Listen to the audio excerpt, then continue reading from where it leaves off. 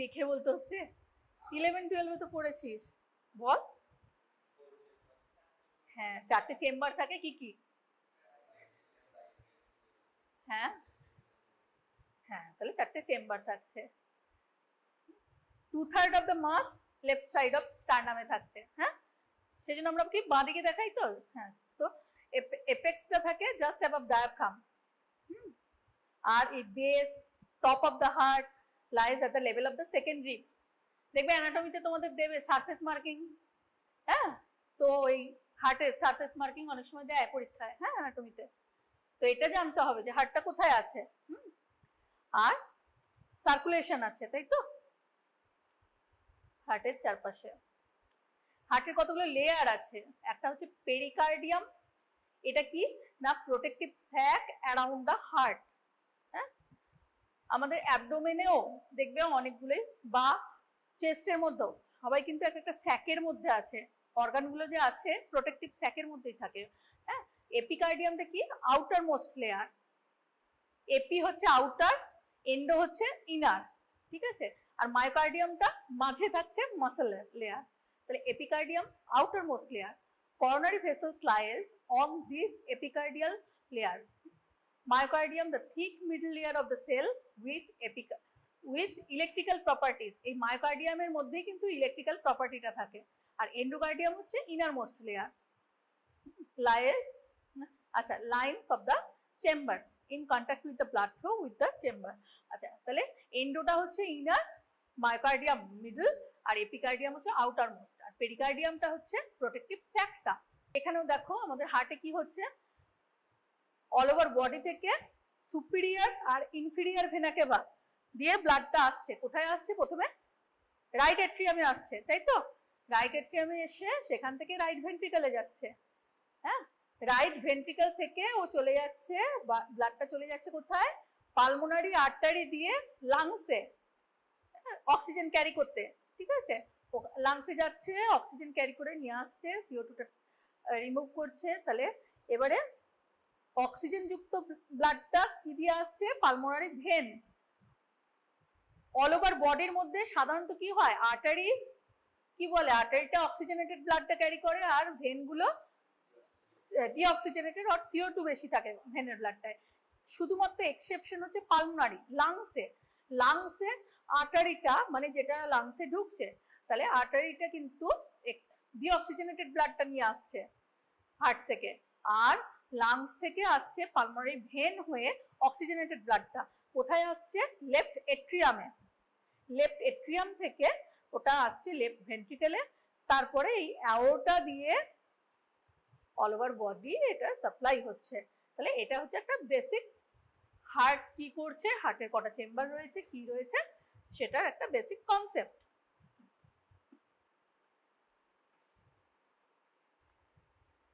এবারে বলবো what is acute coronary syndrome, a list of diagnosis that affect the cardiac system, indicates an interruption of blood flow to the heart. Acute coronary syndrome কখন বলবে? যদি interruption of blood flow to the heart হয়। এটা আমাদের unstable angina হতে পারে, নন ST elevation MI আর myocardial infarction হতে পারে, আর ST এলিভেটেড MI হতে পারে। তিনটে টাইপ। হ্যাঁ, এবারে এগুলো আমরা একটু দেখবো।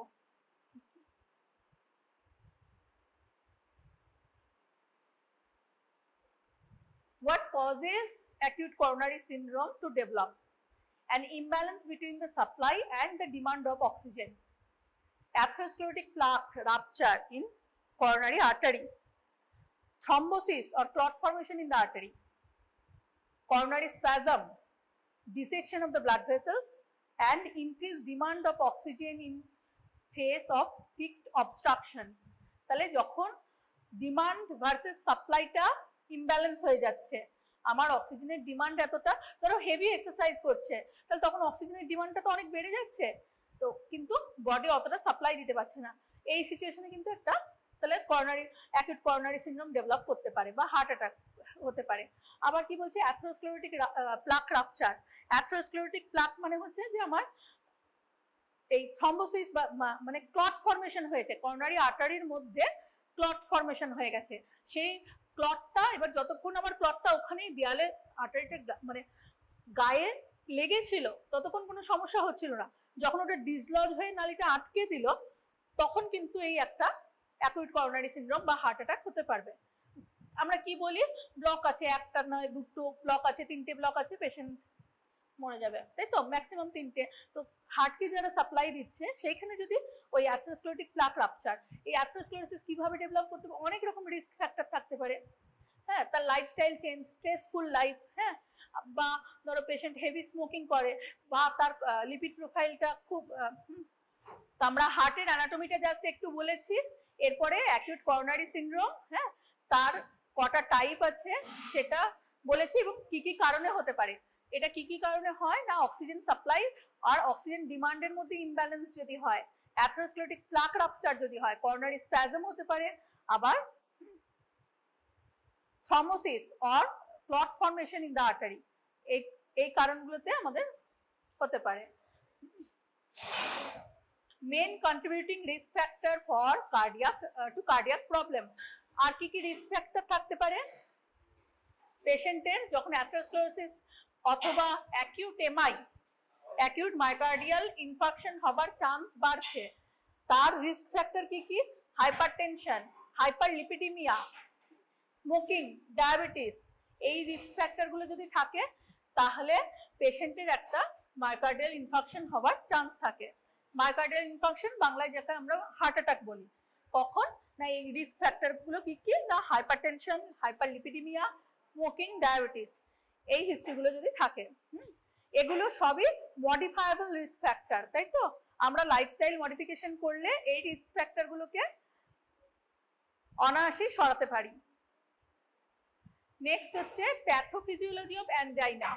অ্যানজাইনা কি, চেস্ট পেন, তাই তো, চেস্ট পেন, হ্যাঁ, chest pain or discomfort related to the disease related to a decrease in oxygen rich blood flow।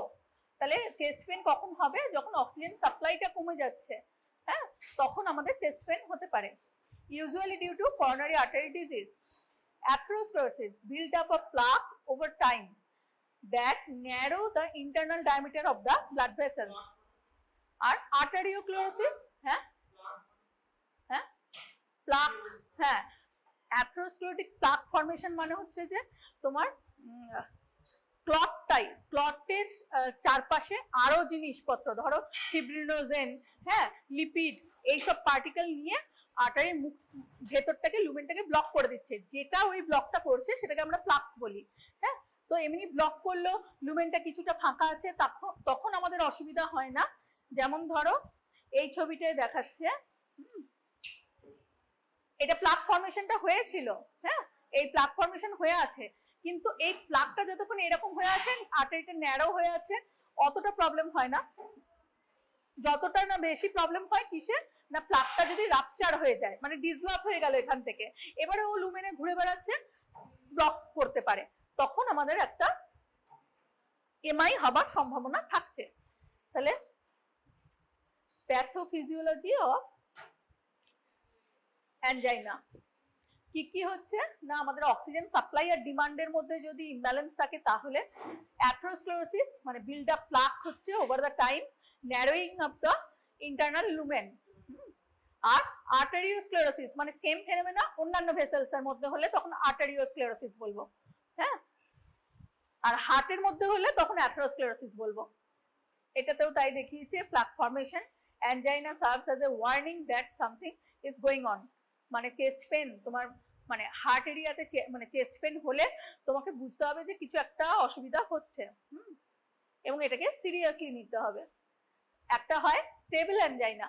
Stable অ্যানজাইনাটা কি, most common form, pain occurs when oxygen demands is greater than the supply during the period of increased workout। হ্যাঁ, heavy exercise করছে patient, তখন ওর oxygen demand বেড়ে গেছে কিন্তু body অতটা oxygen supply দিতে পারছে না, তো তখন কিন্তু ওর চেস্ট পেন মানে স্টেবল অ্যাঞ্জাইনা হবে, যেটা আবার can usually predict activities that will trigger an event, usually treated with rest and medication like nitroglycerine. হ্যাঁ, নাইট্রোগ্লিসারিন মানে তোমরা সরবিট্রেট নাম শুনেছো তো, হার্টের ওষুধ। হ্যাঁ, হার্ট অ্যাটাক হলে সঙ্গে সঙ্গে দেওয়া হয় জিভের তলায়, ওই নাইট্রোগ্লিসারিন টাইপ। হ্যাঁ, তো যদি অ্যাঞ্জাইনাটা স্টেবল অ্যাঞ্জাইনা হয়, যে আমি হেভি পরিশ্রম করছি, আমার তখন অক্সিজেন ডিমান্ড বেড়ে গেছে, সাপ্লাই কম হচ্ছে, মানে সাপ্লাই মেটাতে পারছে না, তখন স্টেবল অ্যাঞ্জাইনা হলো আমি চট করে শুয়ে পড়লাম, রেস্ট নিলাম, 10 থেকে 15 মিনিট রেস্ট নিলাম, ওটা চলে গেল, তার মানে ওটা আমার স্টেবল অ্যাঞ্জাইনা। তা অতটা ভয়ের নয়, রেস্ট নিলে সরবিট্রেট একটা মানে নাইট্রোগ্লিসারিন নিলাম, তখন ওটা আমার চলে যাচ্ছে। This is a warning that the patient may have acute MI in near future. মানে তখনে হয়নি, কিন্তু আমাকে কসাস হতে হবে যে নিয়ার ফিউচার আমার কিন্তু acute MI heart attack develop করতে পারে, যদি এই পেশেন্টের ঘন ঘন স্টেবল অ্যাঞ্জাইনা আসে। আনস্টেবল অ্যাঞ্জাইনা, স্টেবল বলা হচ্ছে যেটা মানে বুঝতে পারছো, এটা হচ্ছে unstable. Pain that is unpredictable and can occur at rest. Rest নিচ্ছি তাতেও পেনটা যাচ্ছে না, পেন হয়েই যাচ্ছে। আর আনপ্রেডিক্টেবল মানে হ্যাঁ, কোনো প্রেডিক্ট করা যাচ্ছে না যে তুমি হেভি এক্সারসাইজ করেছো তার জন্য হয়েছে, হ্যাঁ, মানে ডিমান্ড ভার্সেস সাপ্লাই টা প্রবলেম হয়েছে তার জন্য হয়েছে, এটা কিছুই প্রেডিক্ট করা যাচ্ছে না। তুমি রেস্টে আছো অথচ চেস্ট পেন হচ্ছে, unstable angina. May not stop with rest and medication even to be taken seriously. এটা কিন্তু খুব সিরিয়াসলি নিতে হবে। স্টেবল অ্যাঞ্জাইনা যেমন তোমার হাতে টাইম থাকছে, তোমার কমে গেল, তুমি বুঝতে পারলে যে না আমাকে কিছু টেস্ট করাতে হবে, কিছু মানে আমাকে ডক্টরের কনসাল্ট করতে হবে, আমার ভবিষ্যতে এমআই হতে পারে। কিন্তু আনস্টেবল অ্যাঞ্জাইনা যখন যদি পেশেন্টের হয়, তখন কিন্তু ইমিডিয়েট একদম অ্যাকশন নিতে হবে। আর একটা হচ্ছে variant angina, occurs when vessels in spasm। দেখো এখানে ভেসেলটা স্প্যাজমের মধ্যে আছে, হ্যাঁ, আর্টেরিয়া স্প্যাজম হয়েছে, very painful, often occurs at night, controlled with medication. অনেক সময় দেখা যায় যে মাঝরাতে পেশেন্টের, বয়স্ক পেশেন্ট মাঝরাতে প্রচন্ড বুকে ব্যথা করছে, তো সেগুলো ভ্যারিয়েন্ট অ্যাঞ্জাইনা। হ্যাঁ, রেস্টে কমছে না, এখানে আর্টারিতে স্প্যাজম হয়েছে। ট্রিটিং অ্যাঞ্জাইনা, কিভাবে ট্রিটমেন্ট করব? treated as if the patient were experiencing an acute MI। যখনই পেশেন্টটা acute MI এক্সপেরিয়েন্স করবে, সঙ্গে সঙ্গে আমার ট্রিটমেন্ট স্টার্ট হয়ে যাবে। Patient should stop activity. যদি পেশেন্ট ভিগোরাস এক্সারসাইজ করছিল, তো আমি ওকে মানে বা যে কাজই করুক, কাজের সময় হচ্ছে, আমি ওকে কমপ্লিট মানে রেস্টে দিয়ে দেবো, rest position. Question, if the patient has their own nitroglycerine or other medication. Patient যদি থাকে যে এরকম আগেও হয়েছে, তো সে নাইট্রোগ্লিসারিনটা নিয়েছে, খেয়েছে কিনা, সেটা আমি জিজ্ঞেস করব। Often if the patient is relieved, pain is relieved with rest and nitroglycerin, it is usually angina, not acute MI. তবে বেশিরভাগ ক্ষেত্রেই যেহেতু স্টেবল অ্যাঞ্জাইনাটাই কমন, তো দেখা যায় যে একটু রেস্ট নিয়েছে পেশেন্ট, ওকে হয়ে গেছে, সেটা অ্যাকিউট এমআই অবধি গেল না। Pathophysiology of acute MI process, এখানে কি বলছে? Significant blockage of one or more coronary artery. Atherosclerosis is gradual process, typically over decades, of plaque built up on arterial wall. Size and area affected impacts outcome. Location, আচ্ছা এখানে কি বলছে যে মানে এটা একটা অ্যাকিউট প্রসেস, মানে হচ্ছে অ্যাকিউট এমআই, কিন্তু প্রসেসটা কিন্তু ওই অ্যাথেরোস্ক্লেরোসিস মানে আর্টারির মধ্যে যে প্লাক ফর্মেশন, এটা কিন্তু স্টার্ট হয়ে যাচ্ছে ডিকেড জুড়ে। মানে তার লাইফস্টাইলটা এতই বাজে যে তার হয়তো হাইপারটেনশন হয়ে গেছে, ডায়াবেটিস হয়ে গেছে, ডিসলিপিডিমিয়া হয়ে গেছে, স্ট্রেসফুল লাইফ লিড করেছে, একদিনে তো তার এমআই ডেভেলপ করে যাবে না। তো এই রকম লাইফ কিছু হচ্ছে না, সে ওইটাই চালিয়ে যাচ্ছে, 10 বছর চালিয়ে গেল, তারপর ও কিন্তু ভেতরে ভেতরে অ্যাথেরোস্ক্লেরোসিস ডেভেলপ করে যাচ্ছে, মানে আর্টারিগুলোর মধ্যে প্লাক ফর্মেশন হতে থাকছে। হ্যাঁ, প্লাক ফর্মেশন হতে 10 বছর পরে দেখা গেল ওটা ডিসলজ হয়ে আমার অ্যাকিউট এমআই তৈরি করলো। তো অ্যাকিউট কন্ডিশন হচ্ছে, কিন্তু ওটা কিন্তু স্টার্ট হয়ে যাচ্ছে ডিকেড আগে। এখানে ওইটা দেখিয়েছে যে এই প্লাকটা ফর্মেশন হয়েছে। হ্যাঁ, প্রথমে এই ন্যারোইং হয়ে যাচ্ছে, তারপরে প্লাক ফর্মেশন, হ্যাঁ, দিয়ে এইখানে ক্লট মানে প্লাকটা ডিসলজ হয়ে এখানটায় জমে লুমেনটাকে অক্লুড করেছে। Next, ischemic cascade. Heart cell around the blocked coronary artery die. These do not. আচ্ছা আচ্ছা, হার্ট সেলের মধ্যে যে করোনারি আর্টারিটা ডাই হয়ে যাচ্ছে ব্লকের জন্য, সে কিন্তু আর রিজেনারেট করবে না, কোলাজেন স্কার ফর্মেশন হবে। রিজেনারেট না করলে সেখানে প্লাক ফর্মেশন, স্কার ফর্মেশন হবে। Scarring increases risk for potentially life threatening dysrhythmia. weakened muscle wall vulnerable for formation of ventricular aneurysm which could rupture at any time। মানে কি কি হতে পারে? ইসচেমিক ক্যাসকেড মানে তোমার অক্সিজেনের যখন সাপ্লাইটা কম হচ্ছে, তো ইসচেমিয়া ওখানে ডেভেলপ করছে, ব্লাড সাপ্লাইটাও কম হচ্ছে ব্লকের জন্য, তো সেখানে আস্তে আস্তে কি হবে, সেটা মানে ডাই হয়ে যাবে, আর্টারিটা রিজেনারেট করবে না নতুন করে, তাহলে কোলাজেন ফর্মেশন হবে, তারপরে আস্তে আস্তে ওখানে স্কারিং হবে, স্কারিংটা হয়ে তারপরে ডিসরিথমিয়া মানে রিদমের গন্ডগোল হয়ে যাবে, যে আমাদের যে একটা পার্টিকুলার রিদমে হার্টটা চলে সেই রিদমটা আর থাকবে না। তো এই ক্যাসকেড গুলো পরপর হতে থাকবে ইসচেমিয়া ডেভেলপ করলে। ইসচেমিয়া মানে তোমার মানে ব্লাড সাপ্লাইটা কমে যাচ্ছে, আর ইনফেকশন মানে টোটালি চলে গেছে। মাইওকার্ডিয়াল ইনফেকশনে মানে যে আর্টারিটাতে হচ্ছে ব্লকের জন্য মানে টোটালি তোমার মানে সাপ্লাইটা, ব্লাডের সাপ্লাইটা বন্ধ হয়ে যাচ্ছে। ইসচেমিয়া মানে কমছে, ইনফেকশন সেটা ব্রেনেও হতে পারে, ব্রেনে ধরো ব্রেনেও কিন্তু ইসচেমিয়া হয়, আবার ইনফেকশন হয়। ইসচেমিয়াতে তোমার ব্লাড সাপ্লাই কমছে, ইনফেকশনে টোটালি স্টপ হয়ে যাচ্ছে সেই আর্টারির blood সাপ্লাইটা।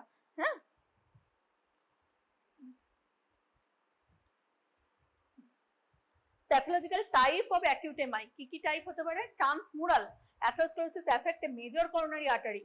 MI extends through whole thickness of the heart muscles. এটা anterior, posterior, inferior, lateral, septal wall, হার্টের যে ওয়ালগুলো আছে।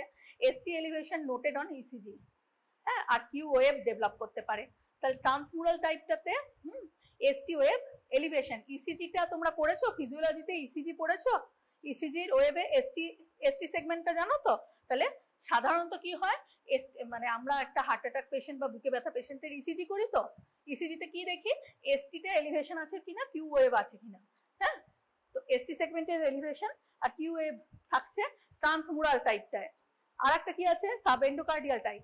Small areas below surface of the surface wall of the involved in left ventricle, ventricular septum আর papillary muscle. মানে কোথায় আমার কোন ভেসেলসটা ইনভলভ হয়েছে তার উপরে ডিপেন্ড করে ট্রান্সমুরাল হতে পারে, যখন মেজর করোনারি আর্টারি ইনভলভ হচ্ছে সাব এন্ডোকার্ডিয়াল হতে পারে। আর এখানে কি হচ্ছে, সাব এন্ডোকার্ডিয়াল ভ্যারাইটিতে এসটি ডিপ্রেশন হয়, নোটেড ইন ইসিজি। ইউজুয়ালি আমরা এসটি সেগমেন্ট এলিভেশন দেখি, যেটা দেখেই আমি বলতে পারবো যে এটা অ্যাকিউট এমআই হয়েছে, অথবা কিউ ওয়েভ দেখতে পাই। আর সাব এন্ডোকার্ডিয়াল ভ্যারাইটিটাতে এসটি সেগমেন্ট ডিপ্রেশনও দেখা যায়। করোনারি সার্কুলেশন মানে হার্টের মানে যারা সাপ্লাই দিচ্ছে, vessels that originate in aorta. Coronary artery এগুলো অ্যাওর্টা থেকে ডাইরেক্ট অরিজিন হচ্ছে, supply the heart with its blood flow. Main coronary artery lies on surface of the heart. Epicardial coronary মানে সারফেসে যেটা থাকছে এপিকার্ডিয়াল, আর small penetrating artery supply the myocardium. তাহলে সারফেসের মধ্যে, হার্টের সারফেসে যেটা করোনারি আর্টারি ব্রাঞ্চটা সেটাকে এপিকার্ডিয়াল করোনারি আর্টারি বলবো, আর সেখান থেকে আবার স্মল পেনিট্রেটিং আর্টারি গুলো যাচ্ছে যেটা মায়োকার্ডিয়ামকে সাপ্লাই দিচ্ছে। Collateral circulation, protective mechanism to provide alternative path for blood flow in case of systemic blockage and takes times to develop. পুরোটাই অনেক দিন টাইম লাগছে, অ্যারাউন্ড ডিকেড লেগে যাচ্ছে।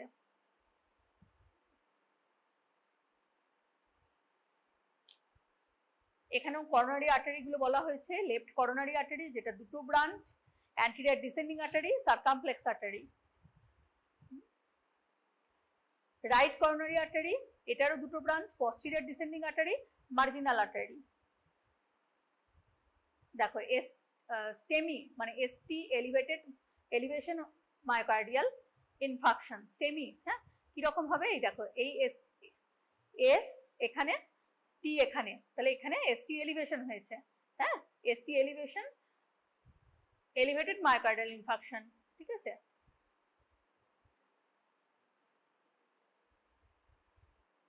এখানে কোনটা কতটার মাপ হতে হবে, যখন সেটাকে তুমি বলবে স্টেমি, মানে এসটি এলিভেটেড মায়োকার্ডিয়াল ইনফাকশন, না।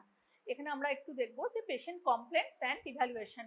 একটা পেশেন্ট কি কমপ্লেন নিয়ে আসবে, চেস্ট পেন হার্ট এরিয়াতে, মানে লেফট সাইড অফ, হ্যাঁ, ফ্রম দ্য স্টার্নাম লেফট সাইডে চেস্ট পেন হচ্ছে, হ্যাঁ, symptoms that persist beyond 15 minutes, 15 মিনিটের বেশি চেস্ট পেন হচ্ছে। Remember that the symptoms may be vague, always consider worst case, হ্যাঁ, scenario and hope for the best. মানে chest pain এলে কিন্তু তুমি প্রথমেই ভাববে না যে চেস্ট পেন তো আরো আদার কন্ডিশনেও হতে পারে, যেমন ধরো ও মানে জাস্ট একটা ইনডাইজেশন হয়েছে বা অ্যাসিডিটি হয়েছে, হ্যাঁ, তুমি এইরকম প্রথমেই ভাববে না যে না পেশেন্টের এটা অ্যাসিডিটি হয়েছে, একটা অম্বলের ওষুধ দিয়ে ছেড়ে দিই।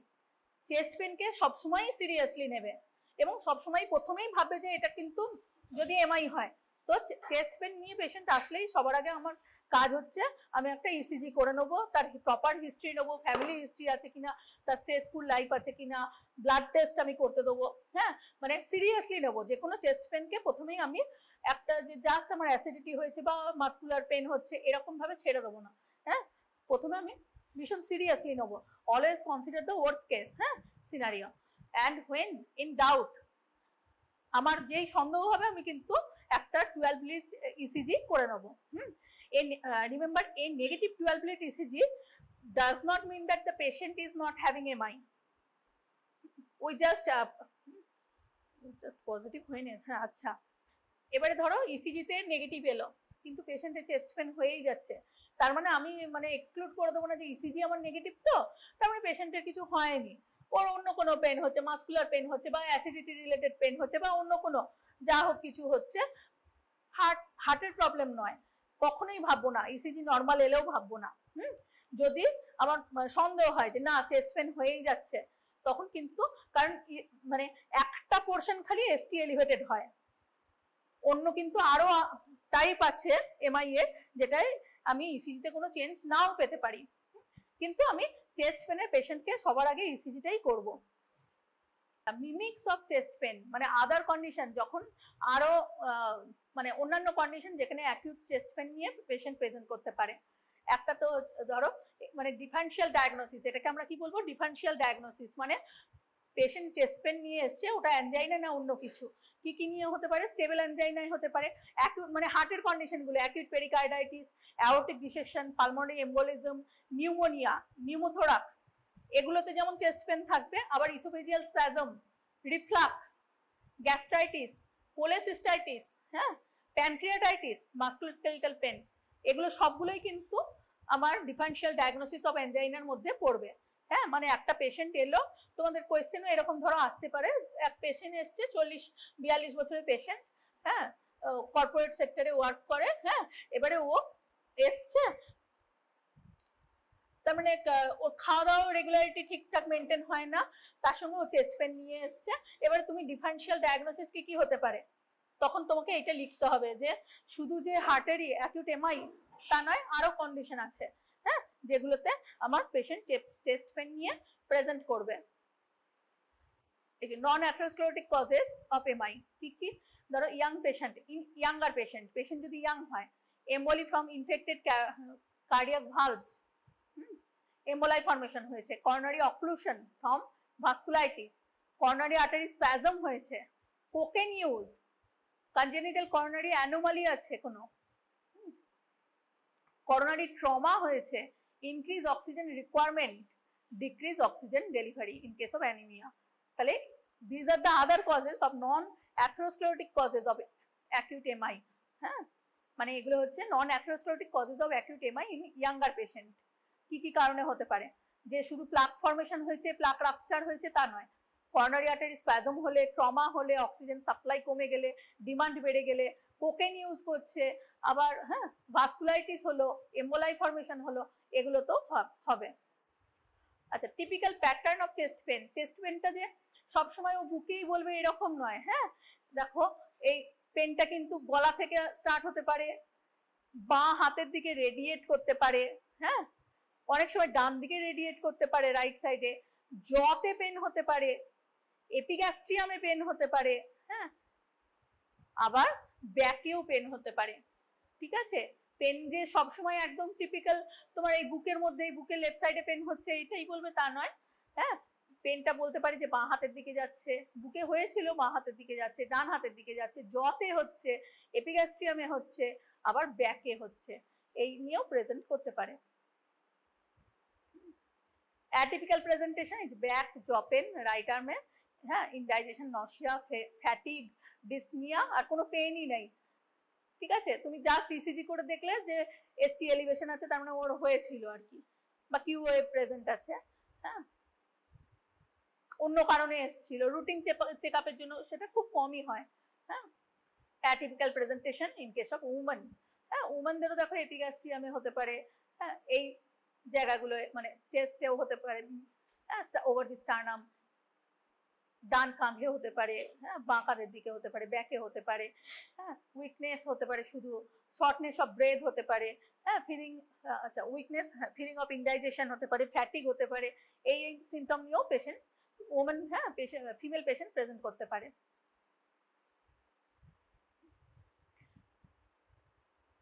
what causes atypical presentation? Anatomical factors হতে পারে, ফিজিওলজিক্যাল ফ্যাক্টর, প্যাথোলজিক্যাল ফ্যাক্টর, হ্যাঁ, এই ফ্যাক্টরগুলো থাকতে পারে ওমেনদের, আর লোকেশনগুলো ওইগুলো।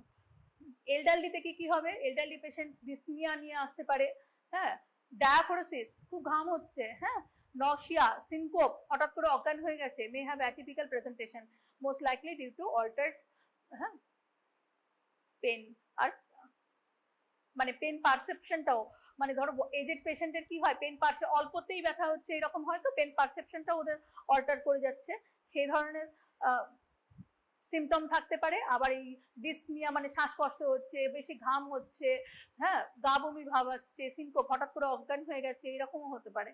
এগুলো নিয়ে এলডারলি পেশেন্ট প্রেজেন্ট করবে। হ্যাঁ, আচ্ছা, লং স্ট্যান্ডিং ডায়াবেটিসের ক্ষেত্রে কি হবে? Silent ischaemia considered due to autonomic denervation of the heart and nerve damage that disrupts signals between the brain and the other part of the body. Diabetics recognized at risk for atherosclerotic plaque formation and thrombosis contributing to acute MI. Diabetes পেশেন্টের কি, ডায়াবেটিসটা এমনি risk ফ্যাক্টরের মধ্যে ছিল acute MI এ, তো এই present মানে তাহলে ওটা এমনি একটা রিস্ক ফ্যাক্টর অ্যাকিউট এমআই এর। তো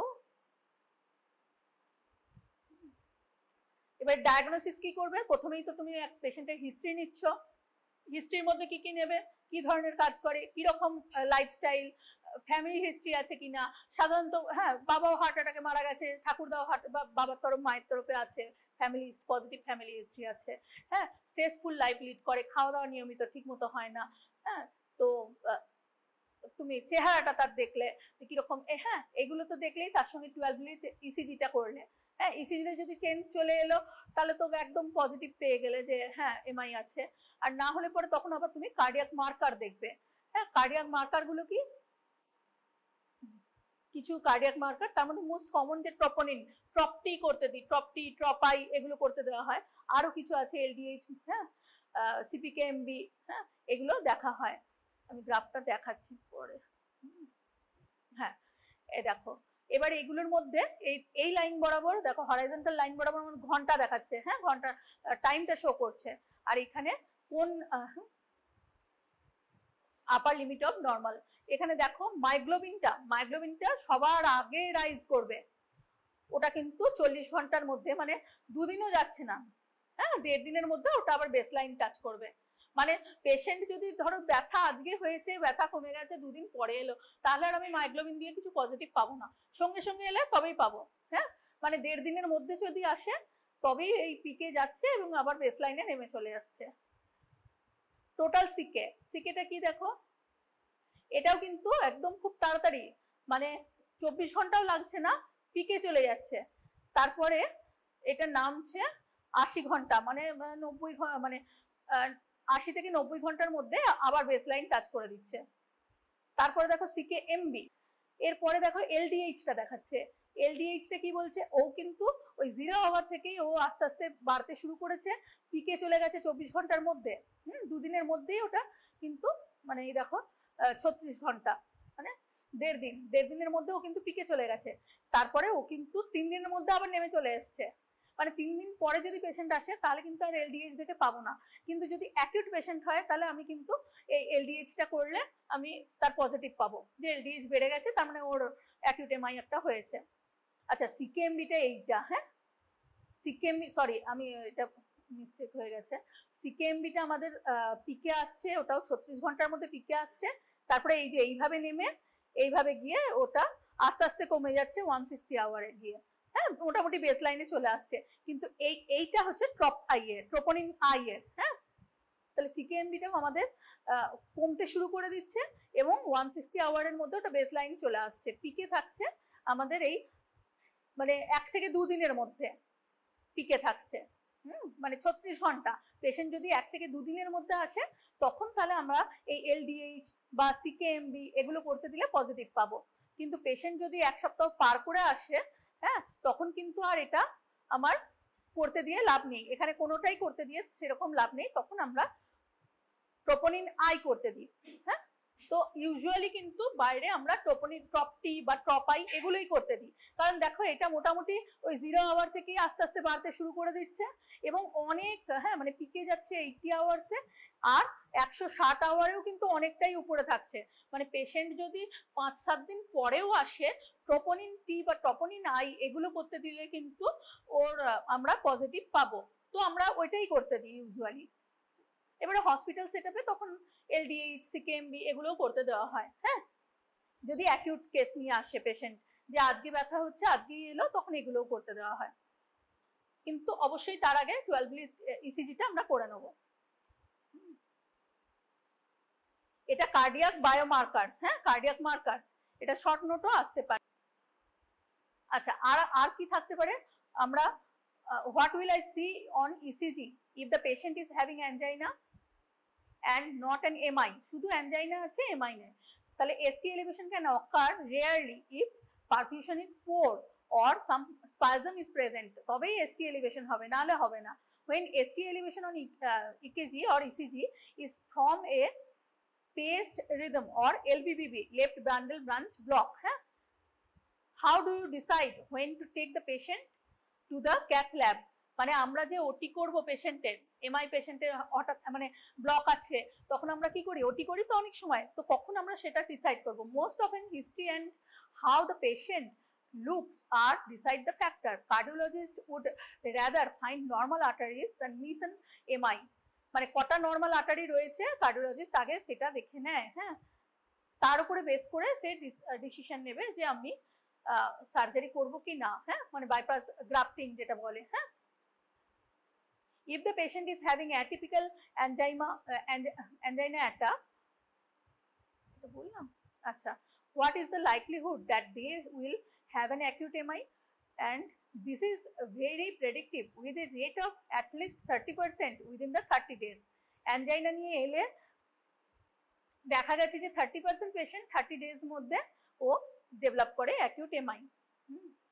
Do all the persons with an MI develops a diagnostic Q wave, সবার কি Q wave থাকে, diagnostic Q wave do not develop immediately, এটা কিন্তু Q waveটা কিন্তু ইমিডিয়েটলি ডেভেলপ করবে না, ST এলিভেশন হতে পারে কিন্তু Q wave ডেভেলপ করবে না, Q wave মানেই হচ্ছে যে এটা পুরনো, হ্যাঁ may not if response and repair is rapid, তুমি যদি তাড়াতাড়ি ট্রিটমেন্ট করে দাও Q wave আর ডেভেলপ মানে তখনকার মতো Q wave ডেভেলপ করবে না, they depend on the thickness of the infarct and length of time before treatment, কত পরে ট্রিটমেন্ট হয়েছে বা আদৌ হয়েছে কিনা তার উপরে ডিপেন্ড করে কি কিউ ওয়েভটা তৈরি হবে। এসটি এলিভেশনটা কিন্তু ইনফ্যাক্ট হলো এসটি এলিভেশন হয়ে যাবে, কিন্তু কিউ ওয়েভটা ইউজুয়ালি সঙ্গে সঙ্গে ডেভেলপ করে না। আর atypical presentation increase the delay before seeking care, যদি অ্যাটিপিক্যাল প্রেজেন্টেশন নিয়ে পেশেন্ট আসে তাহলে অনেক সময় কি তোমার মানে পেশেন্ট নিজেও ইগনোর করছে, ডাক্তারেরও যদি প্রম্পট অ্যাকশন না নেয় তাহলে সেও বুঝতে অসুবিধা হচ্ছে অ্যাটিপিক্যাল প্রেজেন্টেশন নিয়ে এলে, হ্যাঁ এখানে টাইমটা কিন্তু একটা vital factor. What therapies are available for diagnosing and the treating the MI, কি কি আছে, angiogram, cardiac catheterization, insertion of long flexible tube into the artery or vein, এটাকে হ্যাঁ মানে এটা করতে পারি, অথবা dye inject to evaluate the blood flow, dye inject করে করোনারি আর্টারি ব্লাড ফ্লোটা ঠিক আছে কিনা সেটা দেখা যেতে পারে। আর ফিব্রিনোলাইটিক থেরাপি মানে যেখানে ক্লট হয়েছে ফিব্রিনোলাইসিস করে দেবে, হ্যাঁ তো ফিব্রিনোলাইটিক থেরাপি করা যেতে পারে। আর medication use to dissolve the clot, হ্যাঁ এই ফিব্রিনোলাইটিক থেরাপি দিয়ে ক্লটটাকে আমরা ডিজলভ করবার চেষ্টা করতে পারি। আর কি করা যেতে পারে, angioplasty, percutaneous transmural coronary angioplasty, balloon tipped catheter introduced into the femoral artery and advanced to the coronary artery। femoral artery মধ্যে এই আমরা ক্যাথেটার ঢোকালাম, সেটা করোনারি আর্টারি অবধি অ্যাডভান্স করলাম, হ্যাঁ balloon expanded to press the clot into wall of the artery, ঠিক আছে এটাকে অ্যাঞ্জিওপ্লাস্টি বলছে। অ্যাঞ্জিওপ্লাস্টি কি, প্রথমে আমরা ঢোকাচ্ছি ফিমোরাল আর্টারির মধ্যে, দিয়ে সেই ক্যাথেটারটাকে আস্তে আস্তে ওখান থেকে পাস করিয়ে করিয়ে করোনারি আর্টারিতে নিয়ে যাওয়া হচ্ছে, দিয়ে এই বেলুন এক্সপ্যানশন করানো হচ্ছে। Stent may be left to keep lumen open, ওখানে দিয়ে স্টেন্ট ঢুকিয়ে দেওয়া হচ্ছে যাতে লুমেনটা আমার ওপেন থাকে, মানে ব্লকটাকে তোমার ঠিক করবার জন্য।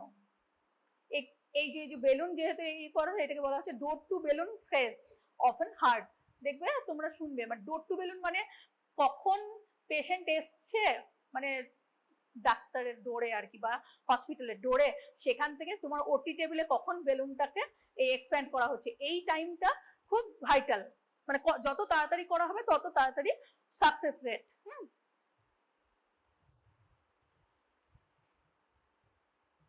আচ্ছা CABG coronary artery bypass grafting, হ্যাঁ এখানে কি হচ্ছে, small vein remove from the patient's leg, তাহলে বাইপাস গ্রাফটিং করা হচ্ছে, বাইপাস করে দেওয়া হচ্ছে, তাহলে পা থেকে আমি একটু ভেন নিচ্ছি, দিয়ে attach to the aorta and then a point beyond the bypassing the blockage, যে তারপরে তাহলে পায়ের থেকে আমি একটু ভেন নিয়ে নিচ্ছি, সেই ভেনটাকে নিয়ে আমি আমার যেখানে ব্লক হয়েছিল তারপরে ওখানটাতে আমি বাইপাস করে দিচ্ছি, তাহলে ব্লক এরিয়াটা রইলো নিজের মতো, ব্লাডটা কি হলো সেই ব্লকটাকে বাইপাস করে চলে গেল, ঠিক আছে সেটাকে বলছে coronary artery bypass grafting.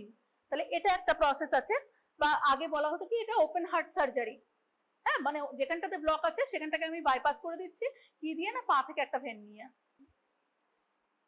অ্যাডাল্টে acute coronary সিনড্রোমের ক্ষেত্রে আমরা তাহলে কি করব, রুটিন মেডিকেল কেয়ার 12 লিড একটা ইসিজি করব, আর তারপরেতে ইসিজিতে কোনো ফাইন্ডিং আছে কিনা দেখবো, পেশেন্টের হাইপোটেনশন আছে কিনা দেখবো, মানে প্রেশার অনেক সময় প্রেশার কমেও যায়, সেক্ষেত্রে ফ্লুইড দিতে হবে, হ্যাঁ সেই দেখবো।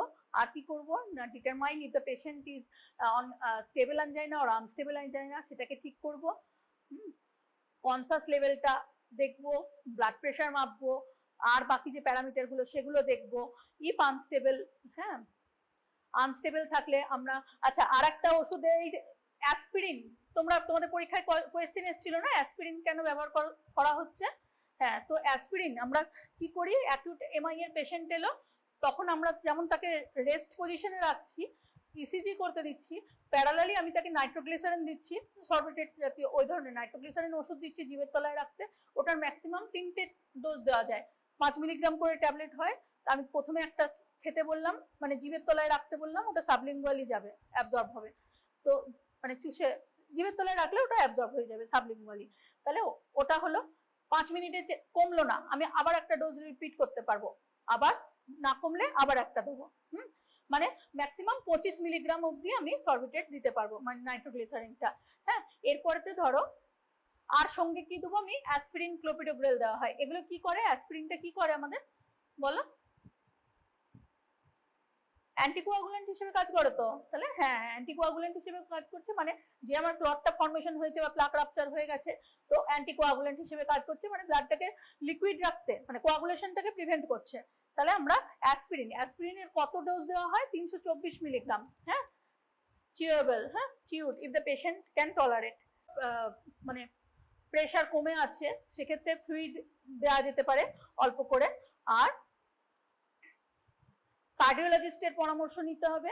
আর কি করতে হবে, আচ্ছা অ্যাসপিরিনের যে 324 মিলিগ্রাম দেওয়া আছে, অ্যাসপিরিনের 75 মিলিগ্রামের ট্যাবলেট হয়, আমরা 4টে খাইয়ে দিই, স্ট্যাট মানে সঙ্গে সঙ্গে, হ্যাঁ পেশেন্ট সঙ্গে সঙ্গে 4টে ট্যাবলেট খেয়ে নেবে। আর খুব বেশি ব্যথা হলে তখন আমরা মরফিন দিতে পারবো, মরফিন ইনজেকশন 2 মিলিগ্রাম, হ্যাঁ আইভি, ওভার 2 মিনিট, মানে স্লো আইভি ওভার 2 মিনিট মানে হচ্ছে 2 মিনিট ধরে আমি ইনজেকশনটা দেবো মরফিনের। হ্যাঁ, খুব স্পিডে দিয়ে দেবো না, মানে একদম ধরলাম পাট করে দিয়ে দিলাম সেটা নয়, আমি স্লো 2 মিনিট ধরে আমি 2 মিলিগ্রাম মরফিন আইভি ইনজেকশন দেবো। আবার যদি দরকার লাগে আমি রিপিট করতে পারবো, ঠিক আছে। আর অ্যাসপিরিনটা তো দেওয়া হচ্ছে, অ্যাসপিরিনের ওপর কোয়েশ্চেন তোমাদের অলরেডি এসেছিল, আসতেও পারে যে অ্যাসপিরিনের রোলটা কি। এটা এক্সট্রিমলি ইম্পর্টেন্ট। মানে আমি যদি দেখি যে ধরো আমি এমন সেট আপে আছি যে আমি ইসিজি করারও স্কোপ, ইসিজিটা করা গেছে হয়তো, এখন পোর্টেবল ইসিজিও পাওয়া যায়, কিন্তু আর কিছু ইন্টারভেনশন আমার করার স্কোপ নেই, ওটি তো দূরেই থাক, আমি এমন সেট আপে আছি।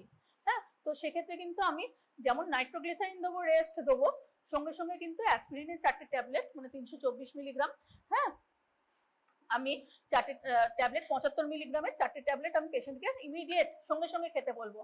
এতে ক্ষতি মানে পেশেন্টের যদি ধরো অ্যাকিউট এমআই নাও হয়ে থাকে, পরে ডায়াগনোসিসে পাওয়া গেল যে অ্যাকিউট এমআই হয়নি, তাহলেও পেশেন্টের ক্ষতি হবে না। কিন্তু আমি যদি অ্যাসপিরিনটা না দিই, তাহলে যদি এমআই হয়ে থাকে তাহলে কিন্তু পেশেন্টের মানে বড় একটা ক্ষতি হয়ে যাবে, ঠিক আছে। আচ্ছা, তাহলে আমরা অ্যাসপিরিনটা কি better to have patient take on an extra dose than a totally miss any coverage of aspirin. পেশেন্টকে যদি মানে চেস্ট পেন নিয়ে আসে, আমার কাছে কিছু না থাকে, আমি নাইট্রোগ্লিসারিন আর অ্যাসপিরিন আমি দেবই। দিলে পরে যদি ডায়াগনোসিসে ধরা পড়ে যে অ্যাকিউট এমআই ছিল না, হ্যাঁ, তাহলেও আমার মানে কোনো অসুবিধা বা পেশেন্টের ইটসেলফ কোনো ভাইটাল অসুবিধা কিছু হবে না। কিন্তু যদি না দিই, পেশেন্টের যদি এমআই হয়ে থাকে, সেক্ষেত্রে যদি ফার্স্ট ডোজ অফ অ্যাসপিরিনটা না পড়ে, তারপরে ওডি করে যাবে, হ্যাঁ, তাহলে কিন্তু পেশেন্টের অনেক বড় ক্ষতি হয়ে যেতে পারে, সে মারাও যেতে পারে। তো আমরা বেটার টু গিভ। আর মানে এক্সট্রা ডোজ মানে কি বলছে, ওই আমাদের যেটা মানে প্রোটোকলে আছে অ্যাকিউট এমআই এর প্রোটোকল, সেটাতে 4টে ট্যাবলেট তোমাকে স্ট্যাট দিয়ে দিতে হবে। 4টে ট্যাবলেট স্ট্যাট দিয়ে দিলে, ক্লোপিডোগ্রেলেরও তাই 75 করে পাওয়া যায়, ওটারও 4টে দিয়ে দিলে, তারপরে রোজ একটা করে। তো তুমি প্রথমে তোমার কাছে, তুমি ধরো প্র্যাকটিস করছো, তোমার কাছে পেশেন্ট এসছে, ইসিজি করে দেখলে, ইসিজিতে কোনো ফাইন্ডিং দেখলে না, কিন্তু তার হিস্ট্রি বলছে যে তার এই পেনটা হতে পারে যে মানে অ্যানজাইনাই, হ্যাঁ, চেস্ট পেনটা হার্ট রিলেটেডই, তো সেক্ষেত্রে অ্যাকিউট এমআই এর একটা চান্স আছে। তো তুমি তাকে বললে যে আপনি কার্ডিওলজিস্টের শরণাপন্ন হন, কিন্তু তুমি তোমার কাজটুকু করলে যে একটা ইসিজি তো করলেই, ব্লাডের রুটিনগুলো দিলে, তার সঙ্গে তাকে একটা স্ট্যাট ডোজে তাকে সরবিটেট যেমন নাইট্রোগ্লিসারিন ট্যাবলেট যেমন দিলে 10-10-5 ম্যাক্সিমাম 5 মিনিট অন্তর, ম্যাক্সিমাম 25 অবধি, আর অ্যাসপিরিন তুমি 4টে ট্যাবলেট স্ট্যাট দিয়ে দিলে, রোজ একটা করে খেতে বললে, তারপরে বললে যে এবার আপনি যত তাড়াতাড়ি সম্ভব আপনি বড় সেট আপে যান, কার্ডিওলজিস্টের কাছে যান, ঠিক আছে। মানে এইটুকু কাজ তোমাকে করে ফেলতেই হবে। না হলে অনেক সময় দেখা যায় যে ডায়াগনোসিসই হলো না, পেশেন্ট রাস্তায় মারা গেল। তো তোমাকে কিন্তু তোমার কাজটুকু করে দিতে হবে, কি সেট আপে কিছু না থাকলেও।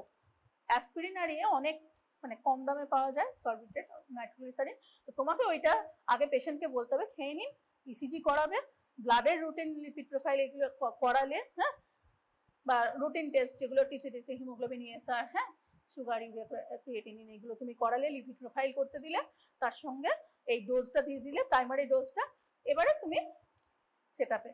আর যদি এসটি এলিভেটেড আসে, তখন তো তুমি ট্রপটি করেই নিচ্ছ, ট্রপটি করে কনফার্ম হয়ে গেলে, যদি ট্রপটিতে ওটা কিট থাকে, যেমন ম্যালেরিয়ারও কিট হয়, মানে 2টো দাগ হবে, প্রেগনেন্সি, ইউরিন প্রেগনেন্সি কিট হয়, সেই রকমই কিট ট্রপটি, হ্যাঁ, ব্লাড দিয়ে দিতে হবে কয়েক মিনিটের মধ্যে।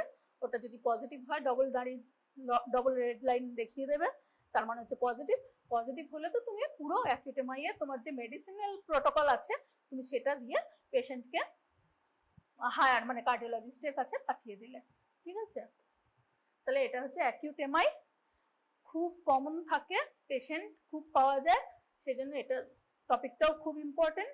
হ্যাঁ, ডায়াগনোসিস তোমাকে করতেই হবে, কারণ না হলে পেশেন্টের লাইফ থ্রেটনিং হয়ে যাবে। হ্যাঁ, তো তোমাকে এটা মানে এটাকে ঠিকঠাক ডায়াগনোসিস করতেই হবে, খুব ইম্পর্টেন্ট টপিক, ঠিক আছে। বোঝার কোথাও অসুবিধা আছে? হার্টের অ্যানাটমিটা প্রথমে একটু বলেছিলাম যে 4টে চেম্বার আছে, 2টো এট্রিয়া, 2টো ভেন্ট্রিকল, হ্যাঁ, আর সার্কুলেশন আমাদের কি রকম হচ্ছে, সুপিরিয়র ইনফিরিয়র ভেনা ক্যাভা দিয়ে রাইট এট্রিয়ামে ব্লাড আসছে, সেখান থেকে রাইট ভেন্ট্রিকল থেকে পালমোনারি আর্টারি হয়ে ওটা লাংসে চলে যাচ্ছে অক্সিজেনেশনের জন্য, সেখান থেকে অক্সিজেনেটেড ব্লাড পালমোনারি ভেন দিয়ে লেফট এট্রিয়ামে আসছে, সেখান থেকে লেফট ভেন্ট্রিকেলে আসছে, তারপরে অ্যাওর্টা দিয়ে ফুল বডিতে যাচ্ছে। ঠিক আছে। আর অ্যাকিউট করোনারি সিনড্রোম মানে হচ্ছে যে interruption in blood flow to the heart. এখানে আনস্টেবল অ্যাঞ্জাইনা হতে পারে, স্টেবল এসটি এলিভেটেড এবং নন এসটি এলিভেটেড এমআই হতে পারে।